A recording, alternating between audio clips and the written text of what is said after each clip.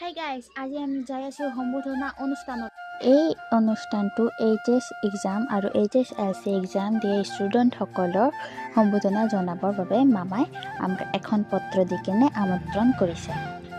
এই অনুষ্ঠানটোত এতিয়া আমি যাবৰ কাৰণে ৰেডি আৰু এইখন পত্ৰ দিছে, আমি লৈ লৈছোঁ পত্ৰটোৰ লগত। তো এতিয়া আমি যাবৰ কাৰণে ৰেডি আৰু গাড়ীত উঠি ল'লোঁ আৰু ফাইনেলি আহি পালোঁ আমি। এতিয়া আমি ভিতৰলৈ যাওঁ। এয়া এইফালে আমি ভিতৰলৈ যাম এতিয়া।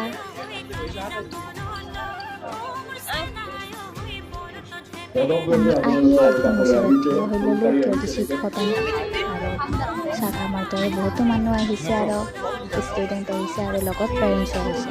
আমি অলপখিনি ৰখাৰ লগে লগে মামা আহি উপস্থিত হ'ল। তাৰ পাছতে একজন ষ্টুডেণ্টৰ নাম মাতি এখন চেক দিলে, চেক।